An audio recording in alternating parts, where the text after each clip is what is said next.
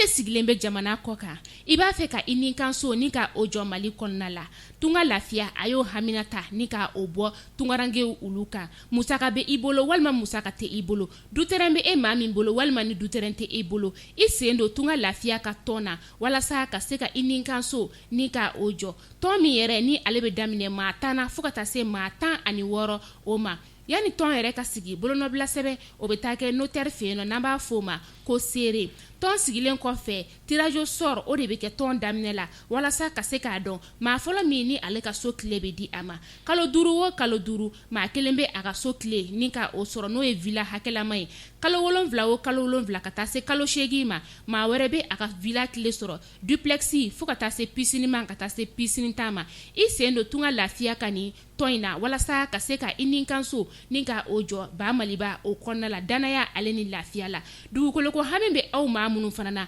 tunga lafiya a nana o fana ta ni ka bɔ aw kan maliyɛnden minnu sigilen bɛ jamana kɔ kan e maa min mago bɛ kunnafoni wɛrɛ la sa u ka nɛgɛjuru sira o banba ni o ye 00 336 41 94 03 80 00 336 77 83 04 14 email contact@tungalafia.com TikTok @tunka.lafia Facebook tunka lafia ni tunga lafiya ye maliyɛnden minnu sigilen bɛ jamana kɔ kan n'o ye an ka tungarangew ye u kɔni nana kana sojɔ ko hami bɔ aw la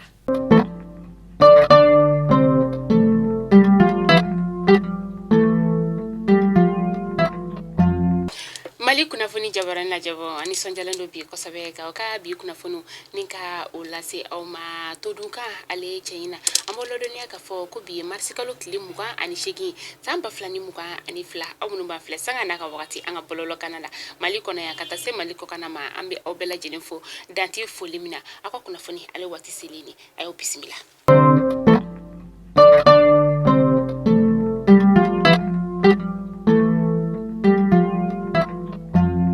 Fundamnela an ka camancɛ fanga jamana ɲɛmaa n'o ye colonel Asimi Goita ye ale kɔni ye laadaw ni ka olu lakile marsi kalo tile 26 san 2022 ani 2 a kɔni taara ni ka taga yirifura ka to da an ka jamana kɔnɔden minnu ni olu tora jamana ko o kɛlɛ la ɲinaya san 31 de ni a baaraw olu bɛ ɲɛnamaya an ka camancɛ fanga jamana ɲɛmaa n'o ye colonel Asimi Goita ye ani CNT o ɲɛmaa o fana tun bɛ kɛnɛ kɔnɔna la fo ka taa se gouvernement maa caman olu bɛɛ tun bɛ kɛnɛ o kɔnɔna la tile damadama de bɛ ani sunkalo ale sunni ni ɲɔgɔn cɛ sa an ka jamana sifinnakaw olu kɔni kelen do k'a yira k'a fɔ ko nin wagati in na ko balofɛnw olu sɔngɔ gɛlɛnlen do kosɛbɛ an ka jamana o kɔnɔna la ni donna sugu kɔnɔ i b'a ye k'a fɔ malo tulu ɲɔ sugaro o n'a ɲɔgɔnna caman olu bɛɛ gɛlɛyalen do sugu kɔnɔnaw la nin wagati in na faba kɔnɔna la no kurantigɛ ale kelen do ka maaw gan u kama na kosɛbɛ ka sababuya kɛ sanga na ka wagati kurantigɛ o bɛ yan nɔ bolola baarakɛla minnu ni olu ka baara tɛ taa kuranko o kɔ ni wagati in na olu kelen do ka u ka nisɔngoya ni ka olu yira ka yira ka fɔ ko ni wagati in na fɛn min kɔni bɛ kuranko la an ka jamana marabagaw u ka bɔ ni ka o da maliyɛndenw kulo kan Ameta kita natara kita kau feno ama kunda katila kan na kunda katila kan ametaga tabanga ni kita ni ɲɔgɔn cɛ kilometri 35 o bɔɲɔngo kari tɛmɛni na sa olu kɔni jibondo ni ka o sɔrɔ jibondo min yɛrɛ n'a baaraw yɛrɛ bɛ kolomo karla u ka dugu marabagaw olu ɲana u tilatuguni k'a yira ka fɔ ko jibondo in kɔni ale musaka bɔra an ka jamana o wagande de kɔnɔna la ni jibondo in yɛrɛ kɔni sɔrɔli a kɛra nisɔndiyaba ye dugulamaw olu bolo marsi kalo tile 24 tɛmɛni san 2022 ani 2 an ka camancɛ fanga jamana marabagaw olu kɔni tun ye ni ka kiri tigilamaw n'o ye UEMOA kiri tigilamaw ye ka sɛbɛnfura do olu fɛ yen nɔ k'a yira k'a fɔ ko UEMOA kɔni ye ɲangini min ta k'anw ka jamana ni ka o sɛgɛrɛ ko ɲangini ale to man kan a kiri baaraw kɔni a dajara anw ka jamana la k'a sababuya kɛ a yirala k'a fɔ ko UEMOA ma u ka ɲangini min n'u y'a ta k'an ka jamana sɛgɛrɛ ko k'a ta ka bɔ an ka jamana kan teliya la sera ma ulu ye sigini kɛrɛkɛrɛnnen kɛ juma tɛmɛnen marisi kalo tile 25 san 2022 u ka sigilin kɔni kɔrɔna la sa a yirala k'a fɔ k'u ye sigili ni k'a boloda anw ka jamana ka taa se Laginɛ ni Burkina Faso o ma u kɔni y'a yira anw ka jamana marabagaw la k'a fɔ k'u bɛ kalo 12 ka taa se kalo 16 ka o de di cɛmancɛ fanga jamana marabagaw ma u ka se ni ka kalafili baaraw ni ka olu labɛn a baaraw kɔni ŋunuŋunu kuma bɛ sen na kabini marisi kalo tile 15 san 2022 ka hakili jigin k'a fɔ seraw ma olu ka ɲangini bɛ anw ka jamana kan kabini janvier kalo tile 9 tɛmɛnen na. An bɛ taa an sɔngo sibiri tɛmɛnen marisi kalo tile 26 san 2022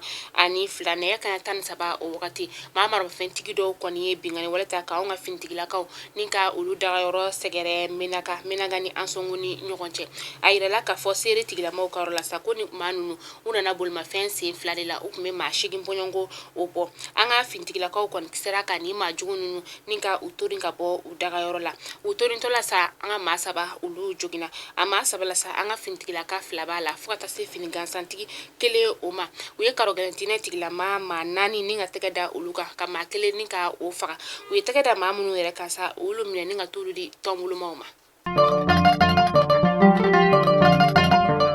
Février kalo o cɛmancɛ la sa Sénégalikaw ka sifinakaw olu kɔni ye u kunda anw ka jamana o kɔnɔna kan walasa ka se ka na u ka dɛmɛ ni ka o ɲɛsin anw ka jamana o ma ka sababuya kɛ CEDEAO maaw ye ɲangili min ta anw ka jamana sɛgɛrɛ o kɔni ma kɛ olu fɛla ko ye ni baa ninnu yɛrɛ kɔni ye tile 40 ni ka o de kɛ taama la walasa ka u kunda an ka faaba o kɔnɔna kan u ye kilomɛtiri 1360 ka o de tagama u sen na u kɔni ni wagati na u sera an ka faaba o kɔnɔna la marisi kalo tile 27 san 2022 an ka jamana marabagaw kɔni ye ni maa ninnu ni ka u bisimila o de la sa sini marisi kalo tile 29 san 2022 an ka place de l'indépendance la jamana ka yɛrɛma hɔrɔnya ta yɔrɔ la ni maa ninnu kɔni bɛna kunbɛn ni belebele ni ka o sɔrɔ nɛgɛ kanɲɛ 14 o wagati.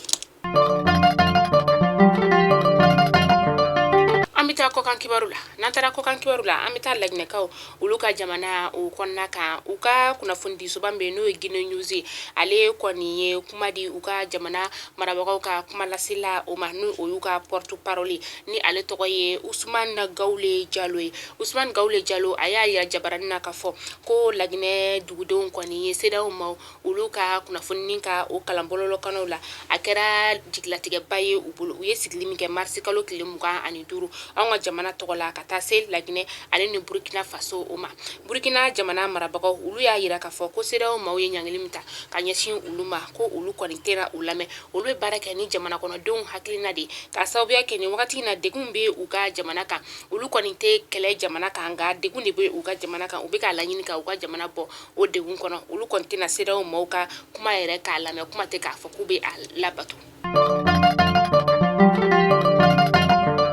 Ka kunnafoni kuncɛ Nigerikaw ka jamana o kɔnɔna sa Niger jamana ɲɛma ni o ye Mohamed Bazoum ye sa ale kɔni Amnesty maaw olu ye sɛbɛnfura bɔ a kama marisi kalo tile 21 tɛmɛnen k'a yira k'a fɔ ko a ka kasoladen minnu bɛ yen nɔ kɛrɛnkɛrɛnnenya la sa maa minnu ni olu ka politikimaw ye ka taa se u ka finitigilakaw n'u ka maaba caman wɛrɛ olu ma n'olu kɔni bɛ kasobon kɔnɔna la kasobon min n'ale bɛ wele ko Kutukale kasobon ni maa ninnu yɛrɛ kɔni Amnesty y'a yira k'a fɔ ko ni maa ninnu ko ji tɛ ka du u ma dumuni tɛ ka d'u ma wa hali fura yɛrɛ tɛ ka d'u ma n'u banana walasa ka se ka o kɛnɛya o de la u ye sɛbɛnfura ni ka o ciw ma ka tila k'a yira k'a fɔ ko sɛgɛsɛgɛli baaraw u ye olu daminɛ k'a yira k'a fɔ ko kabini Bazoum kɔni ale nana Niger fanga la nin wagati na kasoladenw kɔni hɛrɛ tɛ olu kan.